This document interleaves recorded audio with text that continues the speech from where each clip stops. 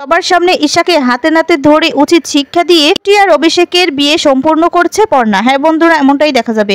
বিস্তারিত জানতে ভিডিওটিতে লাইক দিয়ে সম্পূর্ণ দেখতে থাকো। গল্পের শুরুতেই দেখা যাবে পুটি আজকে বিয়ে করে বাড়ি থেকে চলে যাবে বলে সৃজন খুব কাঁদতে থাকে। এদিকে পর্ণাও খুব মন খারাপ করে।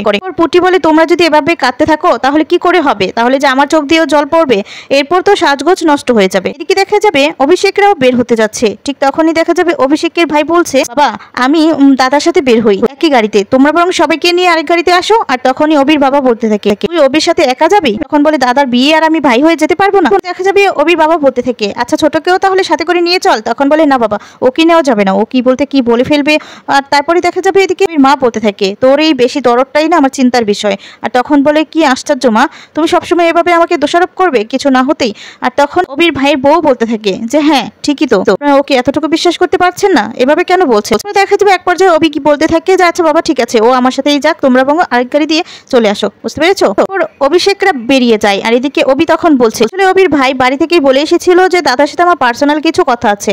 আর তখন এদিকে অবি বলতে থাকে, সে কথা ভেবেই যে আমার ভাবতেই অবাক লাগছে, তুই আমার সাথে পার্সোনাল কথা বলবি, কি পার্সোনাল কথা বল না। আর তখন বলতে থাকে মনে মনে যে, আসলে তোর সাথে তো পার্সোনাল কথা বলবো না, তোকে চিরতরে সরাবো, এটা যদি পার্সোনালি না সরাই তাহলে কিভাবে হয়। তখন বলে, না না বাবা, পার্সোনাল নয়, আসলে কি বলতো, বাকি লোকদের মতো তো তুই আমার দাদা না, তো একটু হলেও আমি ভালোবাসি বল। আর তখন অভি বলতে থাকে, তোর কি হয়েছে বলতো। তখন বলে, দেখ দাদা, আসলে দাদা তোকে তো আমি তেমন ভাবে ভালোবাসিনি, তোকে হয়তো বা দেখতেও পারতাম না, তুমিও দিতে পারিনি। আর তখন বলে, আমি বা কতটুকু সময় দিতে পেরেছি তোদেরকে বল, তোদেরকে আমি তেমন ভাবে সময় দিতে পারিনি, কথাও বলতে পারি না ঠিক মতো। তবে জীবনে নতুন করে শুরু করার জন্য কিন্তু সেকেন্ড চান্স কেউ পায় না, আমি পেয়েছি। শুধু আমার কথা ভাবলে তো চলবে না, শ্রীপর্ণার কথাও তো ভাবতে হবে। ও তো আমাদের বাড়িতে নতুন আসছে, আমাদের বাড়িতে কিভাবে মানিয়ে গুছিয়ে নিবে সবটাই তো ভাবতে হবে, ওকে সবকিছু বুঝিয়ে দিতে হবে। দেখ এই পুরো ব্যাপারটাতে কিন্তু তোদের সবাইকে কোঅপারেট করতে হবে। আর তখন বলে, হ্যাঁ হ্যাঁ দাদা, আমার থেকে আমার দিক থেকে নিশ্চয়ই সব রকমের সব সহযোগিতা করব আমি, 100% গ্যারান্টি। দেখা যাবে হঠাৎ করে অবির ভাই বলতে থাকে, আসলে দাদা ওই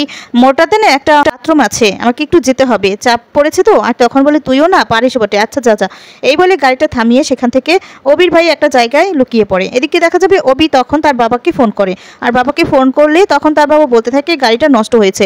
আর এই কথা শুনে অবাক হয়ে যায়। তখন বলে, ওদিকে তো দেরি হয়ে যাবে, আচ্ছা ঠিক আছে আমি ওদের বাড়িতে ফোন করে জানিয়ে দিচ্ছি, কোথায় আছো তুমি, গাড়ি কি পাঠিয়ে দিব। আর তারপর বলতে থাকে কিছুক্ষণের মধ্যেই ঠিক হয়ে যাবে। এরপর ফোনটা রেখেই দেখা যাবে ফোন করেছে শ্রীপর্ণাকে। এদিকে দেখা যাবে পুটি তো খুব কাঁদতে থাকে। তারপর বলতে থাকে, দেখ তুই কাঁদছিস, তুই কিন্তু কাঁদলে এবার তোর মুখটা ভূতের মতো হয়ে যাবে। তখন বলে, মা তুমিও। এরপর হাসি দিয়ে বলতে থাকে, হ্যাঁ বলবোই তো, তুই যে কাঁদছিস ভূতের মতো হবি না বল, তুই তো বাচ্চা মেয়ের মতো একদম কাঁদছিস, একদম কাঁদবি না। এখনই পুটির ফোন আসে। আর ফোনটা রিসিভ করার আগে থেকে পর্ণা বলতে থাকে, ওই যে দেখ তোর স্বামী বাঁশি বাজাচ্ছে, ধর। তখন পুটি ফোনটা রিসিভ করে। এরপর অভি বলতে থাকে, আসলে শ্রীপর্ণা আমাদের একটু আসতে লেট হবে। আর তখন বলে, মানে? তখন বলে, হ্যাঁ আর কি, ওই বাবা যেই বাসে আছে সেই বাসটা হঠাৎ করেই কি যেন হয়েছে, তাই আসতে লেট হবে। আর তখন বলে, আচ্ছা ঠিক আছে, আমি তাহলে বাবাকে বলি আমাদের গাড়িগুলো পাঠিয়ে দিতে, তাহলে হয়তো বা একটু তাড়াতাড়ি হতে পারে, সবকিছু ম্যানেজ করে নিলে। আর তখন বলে, না না এই তো সময় হয়ে যাবে, ঠিক হয়ে যাবে, ঠিক সময় ঠিক হবে, একটু লেট হবে আর কি, এর জন্যই জানিয়ে দিচ্ছি। কি পর্ণা বলছে, তেমন না হলে আমাদের গাড়িগুলো পাঠিয়ে দিই। তখন বলে, না না শ্রীপর্ণা, তুমি তোমার মাকে বলো শান্ত হতে, চিন্তা যেন করে না। এরপর কথা বলতে বলতে দেখা যাবে হঠাৎ করেই বীর পাশে জানালায় একটা লোক আসে মোটরসাইকেলে করে, দুটো লোক। আর একটি লোক এসে তখন যখনই তাকায় তখনই একটা স্প্রে মারে। আর এদিকে ড্রাইভারের মুখেও একজন রুমাল দিয়ে চেপে ধরে, ড্রাইভারটা অজ্ঞান হয়ে যায়। এদিকে অভিষেক অজ্ঞান হয়ে যায়। পুটি তখন বলতে থাকে, অভিষেক কি হয়েছে, কি হয়েছে, কে কে। আর তখনই দেখা যাবে কোনো রকম ভাবে কোনো আওয়াজ করে না আর অভিষেক, কারণ সে অজ্ঞান হয়ে পড়ে আছে। এরপর এদিকে দেখা যাবে অভিষেকের ভাই তখন এসে বলতে থাকে, তোমার খেলা শেষ অভিষেক, আমার খেলা শুরু বলে হাসতে থাকে। পুটি খুব চিন্তা করতে থাকে। পুটি তখন পর্ণা জিজ্ঞেস করতে থাকে, কি হয়েছে মা। তখন পুটি সবটা পর্ণাকে খুলে বলে অভির ভাই বলছে অভিষেকের চাপটা ক্লো। এরপরে দেখা যাবে এদিকে পুটি চিৎকার করে নিচে নেমে আসে, সবাইকে সবটা জানায়, পুটি আর পর্ণা। আর তখন খুব চিন্তায় পড়ে যায়। এদিকে পুটি বলছে, বাবা আমার কি মনে হলো জানো তো, ও কাউকে থামানোর চেষ্টা করছে। তখনই হঠাৎ করে আওয়াজটা বন্ধ হয়ে যায়। আমি মোবাইলটা আমি জিজ্ঞেস করছি কি হয়েছে, কিন্তু কোনো শব্দই আসছে না।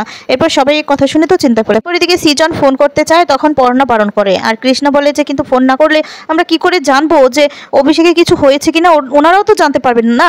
এরপর বলে, মা বুঝতে পারছি, কিন্তু হঠাৎ করে যদি সৃজন ফোন করে আর তখন তো ওনারা চিন্তায় পড়ে যাবে, এমনও তো হতে পারে ওনারা কিছুই জানেন না। অয়ন আর মমিতাও বলতে থাকে, মেয়েটা বেশি লাফালাফি করছিল, পুলিশকে গিয়ে বেছে বেছে নিতে হলো, এর জন্যই তো এই ঝামেলাটা হলো। পুলিশের তো শত্রুর অভাব থাকতে না, একটা না একটা সমস্যা লেগেই থাকে। এদিকে দেখা যাবে ঠাকুরমশাই বলতে থাকে, আচ্ছা বিয়েটা লগ্ন বসটা হবে তো, মেয়েকে আনেন। আর তখনই বলতে থাকে, ঠাকুরমশাই দেখছেন তো একটা ঝামেলা হয়েছে, এখন চুপ করে বসুন তো। বলে পর্ণা এখন কি হবে, আমি তো কিছুই বুঝতে পারছি না। কে পর্ণা বলতে থাকে যে পুটি নিলয়কে একটা ফোন করতো, নিলয় তো অভিষেকের সবসময় সাথেই থাকে। আর তখন দেখা যাবে নিলয়কে ফোন করে, নিলয়ের ফোনটাও লাগছে না। এখন জেঠিমণি বলছে পর্ণা কি হচ্ছে, আমি তো কিছুই বুঝতে পারছি না। এদিকে পর্ণা তখন বলছে জেঠি আমার মনে হচ্ছে বড় কোনো একটা বিপদ হয়েছে, অভিষেকের কিডন্যাপ হয়েছে। কথাটা শুনে সবাই অবাক হয়ে যায়। তুহিনা তার মায়ের দিকে তাকিয়ে থাকে, ঈশার দিকে তাকিয়ে সেই কথাটাই মনে করতে থাকে যে ঈশা বলেছিল এবার শুধু যে বিয়েটা ভাঙবে তা নয়, এবার অভিষেকও মরবে। আর তখন সে কথাটা ভেবেই বলতে থাকে মানে মাই এই কাজটা করেছে, মাই সরিয়েছে, প্ল্যান করেছে মা। এরপরে দেখা যাবে অভিষেকের বাবা চলে আসে আর তারপরে বলতে থাকে যে অভিষেকের কোনো খোঁজ পাওয়া যাচ্ছে না, আপনারা কি কিছু জানেন? আর তখনই বলতে থাকে যে সর্বনাশ হয়েছে মা, আমাদের গাড়িটা খারাপ হয়েছিল তো আমরা একটু পিছিয়ে পড়েছিলাম, হঠাৎ করে রাস্তায় এসে দেখলাম যে অভি নেই, অভির মোবাইলটা পড়ে আছে, কি করবো বুঝতে পারছিলাম না, তাই ছুটে আপনাদের কাছে এলাম খবরটা দিতে। এই কথা শুনে তো পুটি সেখানেই বসে পড়ে আর পুটিকে সবাই তখন সামলাতে থাকে। আর তারপরে দেখা যাবে পুটি আর অভিষেকের বাবাকে জল এনে খাওয়ায়। তারপর পর্ণা বলতে থাকে যে পুটি তুই যদি এমন করিস তাহলে কি করে হবে বল, শান্ত আমাদেরকে তো ভাবতে হবে, খুঁজতে হবে। না তখন জিজ্ঞেস করে যে অভিষেকের সাথে কে ছিল, তখন বলে অম্লান ছিল। আসলে অম্লান বাথরুমে গিয়েছিল, তখন এই ঘটনাটা ঘটে। ও যখন ফিরে এসে দেখতে পায় যে অভিষেক নেই, তখনই আমাকে ফোন করে সবটা জানালো। এরপর পর্ণা বলে অম্লাট ঠিক আছে তো, ওর কিছু হয়নি তো? তখন বলে না না ও ঠিক আছে। আর এদিকে তখন অম্লাটের বউ বলছে আসলে ও একটু চিন্তায় পড়ে আছে যে ও দাদাকে রক্ষা করতে পারলো না, সেটাই বলছে। পর্ণা বলতে থাকে যে আমার মনে হচ্ছে আমি যা ভাবছি সেটাই, যে ও কিডন্যাপ হয়েছে। তখন কৃষ্ণা বলে কি বলছো, কি কে এই কাজটা করতে পারে আজকের দিনে? আর তখন অয়ন বলতে থাকে অনেকেই থাকতে পারে, পুলিশের কি আর শত্রুর অভাব আছে? অভিষেক হয়তো বা কম শত্রু বানিয়ে রাখেনি। মেজো কাকি তোমার নাতনি বেছে বেছে গিয়ে পুলিশ অফিসারকেই ধরলো না, বলে যে না যে তুলে নিয়ে গেছে সে শুধু অভিষেকের ক্ষতি চায় না, পুটিরও ক্ষতি চায়, নয়তো আজকের দিনে বেছে বেছে আজকের দিনেই কেন কিডন্যাপ করবে, অন্যদিনও তো করতে পারতো তাই না? আর তখন সবাই ব্যাপারটা ভেবে দেখে যে হ্যাঁ ঠিকই তো। এদিকে ঈশা মনে মনে হাসতে থাকে আর বলে পর্ণা তুই কিচ্ছু করতে পারবি না, আমি এটা খুব ভালো করেই বেশ বুঝতে পারছি। ওদিকে কাজটা তো হয়ে গেছে, এবার কিচ্ছু করতে পারবি না। তারপর মনে মনে বলতে থাকে এবার কেটে পড়ি, এরপর যদি আমাকে এসে জিজ্ঞাসাবাদ করে তখন যদি মুখ ফসকে কিছু একটা বেরিয়ে যায়, না না এখান থেকে এখন যেতে হবে। এ কথা বলে সেখান থেকে ঈশা চলে যায়। এদিকে দেখা যাবে সবাই মিলে খুব কাঁদতে থাকে আর তখন অর্পণও কাঁদতে থাকে। অর্পণকে গিয়ে তুহিনা সান্ত্বনা দেয় আর বলে বিশ্বাস করো আমি কিছু করিনি। তখন বলে যে তুমি কিছু করোনি, কিন্তু বিশ্বাসও তো করা যায় না তোমাকে, কিন্তু কে করতে পারে? তোমাকে তো বলেওছি যে তুমি কিছু করলে তোমাকে আর বিশ্বাস করবো না। তখন বলে বিশ্বাস করো আমি এই কাজটা করিনি। আর তারপরে দেখা যাবে অর্পণ এরকম ভাবে কাছে দেখে তুহিনার খুব খারাপ লাগে। তুহিনা তখন মনে মনে বলতে থাকে এই কাজটা তো মাই করেছে, মা অভিষেককে মারার প্ল্যানটা নাও করলেও হতো।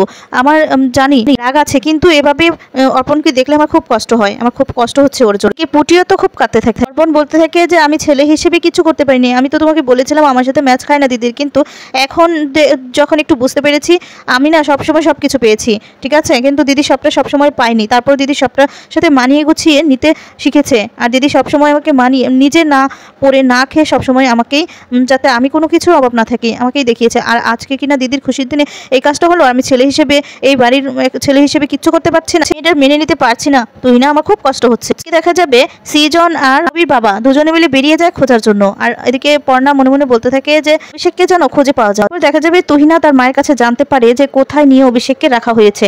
আর তারপরে তুহিনা ফোন কর্ণাকে সবটা জানিয়ে দেয়, কিন্তু অন্য মানুষ সেজে জানায়। আর তখনই পর্ণা খবরটা জানতে পারে। এদিকে পুটি জিজ্ঞেস করলে তখন বলতে থাকে আসলে কে বলছে সেটা জানতে পারিনি, কিন্তু বলছে যে অভিষেক কোথায় আছে সেই জায়গাটার নাম বলে দিয়েছে। আর তারপর ওরা চলে যায় সেখানে উদ্ধার করার জন্য। এদিকে দেখা যাবে উপর থেকে ঈশা সবটাই দেখে নেয় আর বলতে থাকে আজকেও তাহলে হেরে গেলাম, কিন্তু কে এই কাজটা করলো, অভিষেক যে কোথায় আছে এটা কে বললো আর কেই বা জানে, এইটাই চিন্তা করতে থাকে ঈশা। বন্ধুরা এবার যদি পর্ণা ঈশাকে জামাকষে দিয়ে অভিষেককে খুঁজে বের করে এনে পুটির সাথে বিয়েটা সম্পূর্ণ করে তাহলে তোমাদের কেমন লাগবে? কমেন্টস করে তোমাদের মতামত জানিয়ে দাও। ধন্যবাদ, ভালো থাকবে, সুস্থ থাকবে।